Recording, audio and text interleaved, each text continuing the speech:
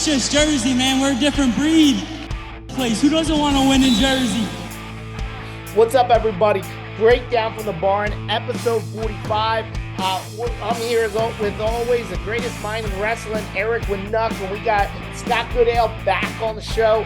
Different shirt, but he's ready to go. How you doing, Scott? I'm doing great. I got to rep the SKWC a little bit.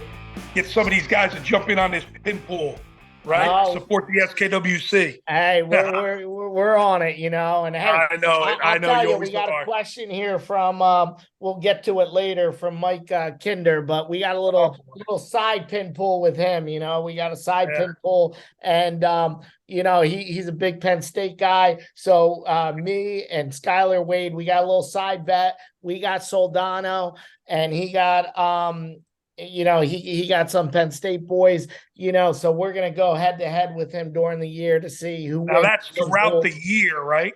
Throughout the year. Who has the most pins? Yeah, and he got Levi Haynes, and who did he take with me? I think Aaron Brooks. So he got Haynes and Brooks.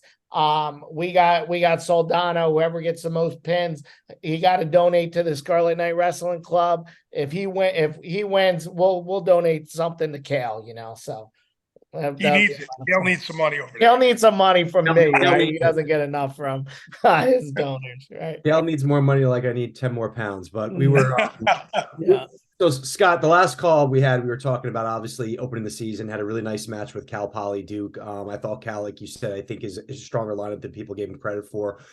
We delved into the Virginia Tech match, but walk us through kind of some of the highlights of the schedule, because obviously we've got Rider again, we've got Princeton. Those are, you know, fans always look forward to those. I think we're going to go back against UPenn again this year. So we've got some good localized, strong matches, but obviously we have the Big Ten schedule. So just walk us through any key matches in your mind that maybe we haven't touched on. Yeah, I think we went a little bit different this year. You know, we Cal Poly 2 weeks off, Virginia Tech Black Knight tournament 2 weeks off. We'll wrestle Edinburgh in there, and then we get a week off and get Princeton. So Princeton Buffalo to end the semester. So it's not a whole heck of a lot first semester. There's I think 4 more duels in a tournament, which is important. And our guys will split whether we're going to the Black Knight.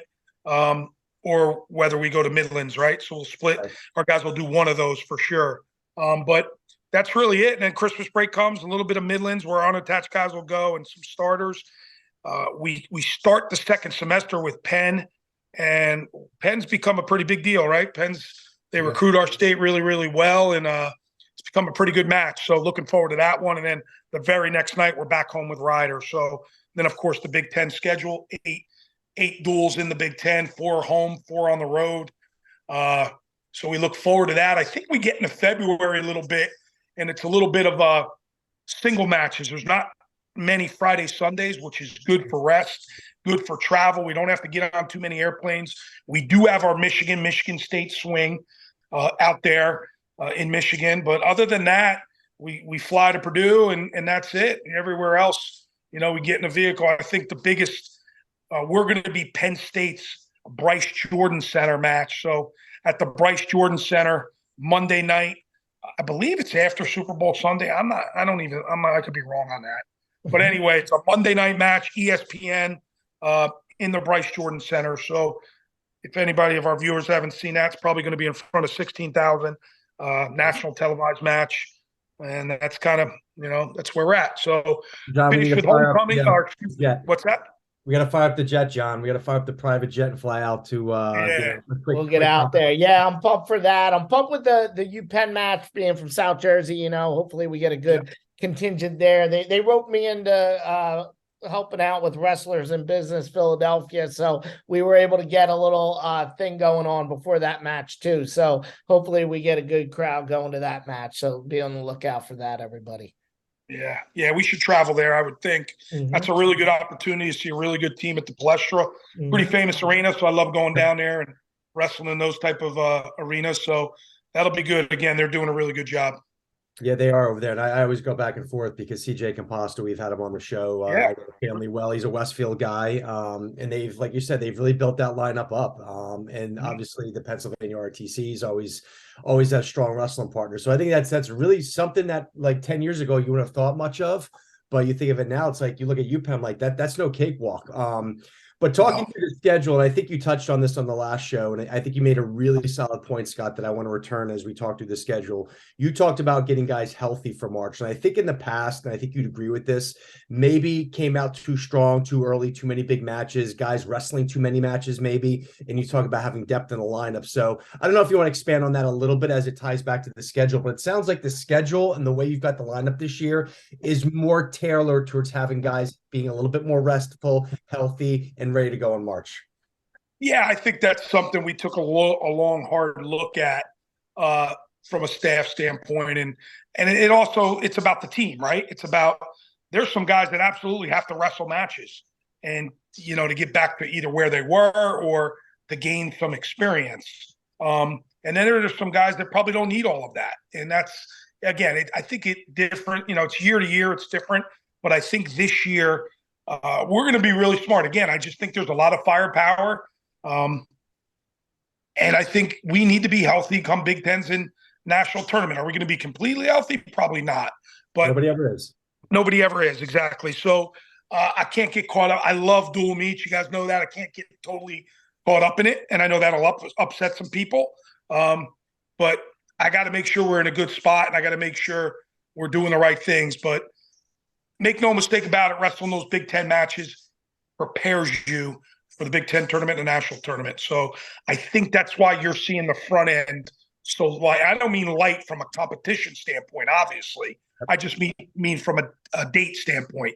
Right. And now I'm not putting middle-ins on these guys where it's a necessity. All of a sudden, guys kind of want to go. So that's a good thing, that's a good thing. And we'll make sure we're rested. We'll make sure we're healthy and we're ready to go. But I think it's all about your team, what kind of team we have, and that's the way we looked at it. Yeah, excellent. And then this is a question came in from Skylar Wade. He said, where do you need to finish in the team rankings for the season to be a success? Man, that's a darn good question, because that's something I think about. But I don't know. I've always said, it's talks with my athletic director, and I just feel like this program needs to be a top 10 program year in and year out. And if it's not, if it's 11 or 12, but there's a bunch of All-Americans, that's fine. Right? It's about having All-Americans. But I think we need to be a top 10 program right now. Can we build on that and ultimately chase what we're trying to chase? Sure, that's something we look at every single day. But looking at this team, where we're at, you need to have a 3 or 4 national champs to be in the thick of this top 3, right? Or three or four in the finals, probably, to be in the top 3 or 4, win a trophy at the national tournament, the way some of these teams are loaded. But I just believe in my heart of hearts that Rutgers wrestling should be a top 10 program. So again, long story short, if we finish 11th or 12th in the country and have 3 or 4 All-Americans, incredible success. Good season. We bounce back. Good season. I think we're capable. If we finish top 10 and have 2 champs like we did with Asphalt Soriano 2019, incredible success. So how do you gauge that? I don't know. It's about having All-Americans and champs, but a really good question. I just know we got to put guys on the podium, and ultimately we feel like we have guys in our program that believe they can win that tournament. I don't know if it's this year. I don't know if it's down the road, but I know guys are thinking that way, and that's really important to us. I know you're wearing the Scarlet Night Wrestling Club shirt. Let's talk about Sebastian Rivera finishing second, Seabass. world champion. That was awesome. What are your thoughts of that? And I know, Donnie Pritzloff and Buxton, a lot to do with that success. So what are your thoughts there? Jeff Buxton's been incredibly instrumental in his jumps that he's made. Sebastian, obviously, Donnie Pritzloff is the absolute man, one of the best coaches in the world. What does it mean to me? I love Sebastian, right? He's a Jackson boy. I'm a Jackson guy. We're back together again. He's going to be an incredible coach one day, but he's still competing. And the Olympic Games are really important. These tournaments coming up are really important to him. I just love watching him train, and he did it all in our wrestling room. That's where he did it. Team Puerto Rico, he did it in our wrestling room. So with our guys, and yeah, we brought guys in, and we brought a bunch of Russians in, and they were great for his training. But man, it just makes me proud that he believed in it. He believed in Buxton. It's hard not to believe in Donnie, right? So, but those guys went with him. Those guys went to the World Championships, and it worked out, you know. And again, there's a lot of ups and downs. Keep your nose to the grindstone. You never know that one day it's going to click. And he had an incredible World Championship. I wasn't really surprised. I mean, he can beat all of them, and at that level, everybody can beat each other, and everybody can lose to each other. And he just had a heck of a day. And great. And the best part is he's pissed off about the final, and he should be. He should be mad about the final. We're all mad about the final, but I can tell you this: our whole team sat in the wrestling room and watched that semi when he laced that kid at the last second and just went crazy. And to see our guys genuinely happy for someone else because they're a little bit a part of all that, and it was awesome, man. Seb's a good dude. He's a tough nut, and he's got a lot of rough edges around him, but he cares about this program. He truly, truly does. And well, why didn't he come here right away? Hey, people do that. People go away. I can tell you, he ended here, and he's doing his best wrestling here right now. So fired up for Seb, and look forward to the Olympic Games. Yeah, that's awesome. And that brings another question we had from from a fan. Drew Enzon said, when is he going to be on staff? Is it after the Olympics, or what do you think? Or does he have a little more runway there? Well, here's the deal, and Seb and I have talked about this quite a bit. He's going to remain with our program. We are focused on the Olympic Games. Mm-hmm. When he's ready to coach, there's going to be a process where he's with me. I'm not going to make, and we've talked about this, I've made some mistakes. You throw some guys in there right away because you want to keep them, and maybe they're not ready to do all this, all the little stuff that goes along with coaching. Yeah. Sure, they're ready to do it in the practice room. Mm-hmm. Absolutely. And sure, they'll be fired up in the corner, but there's so much more to it. And I said, I said, listen, you got to be ready to go watch Marlboro Manalapan. He's like, well, they don't have anybody we want. I said, well, they come to camp. We got to go watch them. That's part of it. You got to go watch Westfield, JP Stevens. That's part of it. They come to camp. Mm-hmm. So that's all part of coaching. So when he's ready to do it all, we'll make things happen if he's still with us. But right now, Olympic Games, and he may still want to compete. So you can't really do both. I love our staff that we have right now, so we'll figure it out to keep all six of us really with Buxton to keep us all involved in this program. But right now, I love where our staff's at, and we're going to focus on the Olympic Games for Seb. It's funny, Scott, because I wonder if people get the gravity of what we did. I almost feel like it didn't get enough publicity being a world finalist, what a deal that is. Because I remember when Richie Lewis won U23s, and it was a big deal, and we really built it up. And the fact that it's always tough when it's off Olympic year. And sometimes people don't get as much into the worlds, but to have a Rutgers wrestler get to the finals of a world championship, sometimes I wonder if the fan base or just in general, this area doesn't understand the gravity of what that was and how we did it. Like you said, I think he was down 4 to hit that lace. The way he came back, I just hope people are aware of what that was. So, and how hard it is to do. It's so hard. It's so hard to do it and I wouldn't know. I never did it at that level, right? I know Donnie would know because he's a bronze medalist, but it just goes to show this whole FKWC thing and what we started long, long ago. It worked out. It worked out. You need to have the resources to do it, and we were able to give Seb all the resources to prepare him. Well, let's transition because you were talking about having to go to high school matches, okay, and have to do the legwork there. And obviously, we know Luke Cook. He's been in the stands, I think, since I've been going to the matches. So he's talked about high school matches before matches again. Is that something we're going to see, or we're going to get some of the high school kids out there, get that set up anytime soon? Something for the future? Yeah, I've always loved doing that. I just thought it was an incredible way to bring more fans into the building, and I've loved doing that. But it's become a TV thing. And the Big Ten Network now doesn't want it. And I don't know why. And it's almost to the point where if we do it, it's got to be 3 hours before they get on the air. So it's like not even worth it. They wrestle dual meet, then they still got to sit around for 2 hours. So it's a TV thing has been the biggest hurdle. It's not our university. It's not our athletic department. It's not our staff. We want it. We've been fortunate. We've had, I think, Wyoming Sem versus Del Barton was our last one. It's a great duel. And then they had to be out of the gym 2 hours before the Big Ten could set up. So it's really a TV thing that's holding us back right now. Got it. Well, listen, Scott, you said, the thing I like about you, you said, don't pull back any, and you want all the questions, right? Don't pull back Sure. any. So we got one, we sent it out today. We got one from Mike Kinder. I guess he's on the scramble. I've been on that site. It's pretty cool. But he had a question about if you're trying to improve your golf game. He said there was a match with Bono, and you were the weak link, and on the back nine, you kind of blew it. What's going on with that? You guys don't really believe Kinder, do you? There's no way you believe. There's no way you two, because you're bright. There's no way you think Bono could beat me in golf. There's no way. I'm not. Should I answer the question? I'll answer. I've never blew up on a back nine with Bono. He comes here, we play. I go out there, we play. We've been in a bunch of tournaments.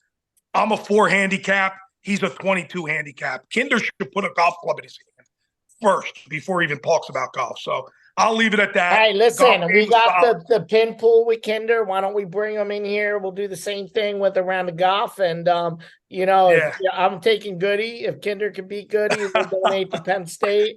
If not, he needs to throw some donations over here. I like that. Let's do it. We had Paz on the show earlier, and I think he was alluding, John, off the record, that he outdrives Scott.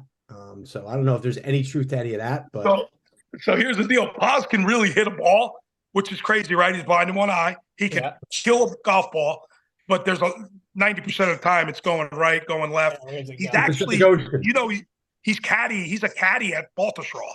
Mm-hmm. So how cool is that? He's at one of the best courses in the world, and he's a caddy, and he learned all summer long. So, but even this quick story, NCAA violation. Hobbs is a member. RAD is a member at Baltusrol. Hobbs cannot caddy for Hobbs. Can't caddy for him. It's illegal for Pat. Isn't that crazy? It's crazy. NCAA, right? So I thought that was pretty funny. But John's doing well, man. He's doing well up at Baltusrol, and he'll get me out there. And that's a pretty good gig. There's no question. You get your hands on that job, you hold that for a long time. I drive by there all the time, and when I go up to Summit, I go up to Donnie's, and I think I've seen it actually open once, okay? But that's the closest I've come to it. So, and I live like 10 minutes from Baltusrol, so. All right. So this is the last question. I thought this was a really good one. This was came in from Frank Salerno. I know you're always talking about a national duels, and what he's asking is, what could the fans do to try to get this national duels going? I think it would be amazing for wrestling. I think it'd be big. What could the fans do to try to get that ball rolling? That's an interesting question. I don't know if it's the fan bases of certain teams that have to push this, right? Like if the Rutgers people put a lot of pressure on me to compete in something, I don't know. I'd probably feel that pressure. I'm not saying I would do it. At the end of the day, I would do what's best for my program. But I think it's the fan base has to get on the coaches and say, look, this is something we need. And there's a couple coaches that don't want this. Mm-hmm. They do not want this. And maybe it's not the fan bases. Maybe because I don't know if that'll even do it, right? It's the NCAA making it a national championship. And then the coaches decided we want the national dual meet champions to be our national championship.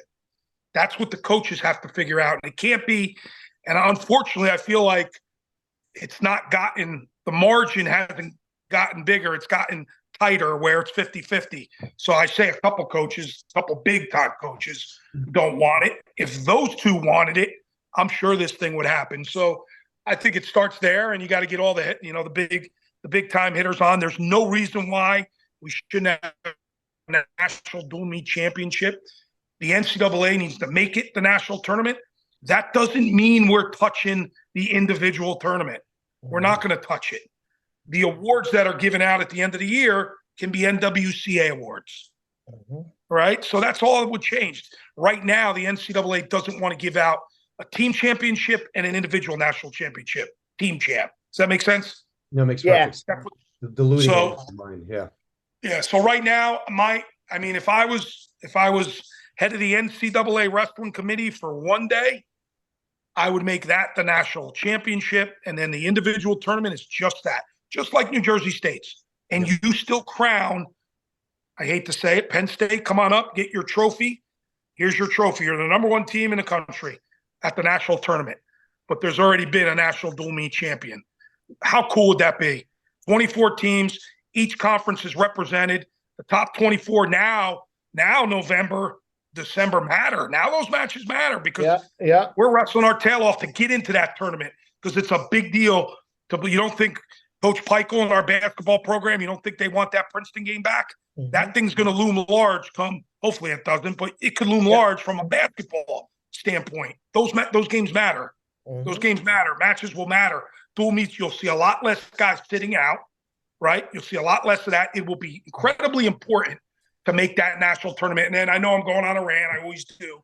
But I'm thinking about Lock Haven and Cal Poly and those small schools and the MAC, right? Maybe they're not the Power 5 schools, but they're really good in wrestling.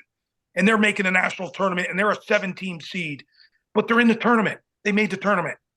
That's just so good for wrestling. And you could figure it out where you're not wasting a whole weekend. You wrestle one, you lose, okay, you're eliminated, but you get another match. So there's your weekend. You get 2 on the weekend, but just make that important. Here's my thing, and I said this at the convention. I'll say it again on your show. Try it. Just try it. If it doesn't work out, and they'll say, well, we already tried it. No, try it with a complete buy-in from everybody where you have to do it. Reward people for doing it. I don't know if it's financial reward would probably help, right? Especially the smaller schools. You know, you make the tournament, there's some type of financial reward, I should say. And you go from there. Try it. See what – I don't see the negative to it. All right. Well, yeah, great, Scott. I'm with you. I'd love to see that happen. Well, listen, we're fired up. We're going to be at Jersey Mike's, ready to rock. I'm excited for the season. A lot of home match. Get out there, Rutgers Nation. It's going to be a lot of fun. Join the pin pool. Follow the show. Follow Rutgers Wrestling, and we'll see you at Jersey Mike's. All right, guys. Thanks.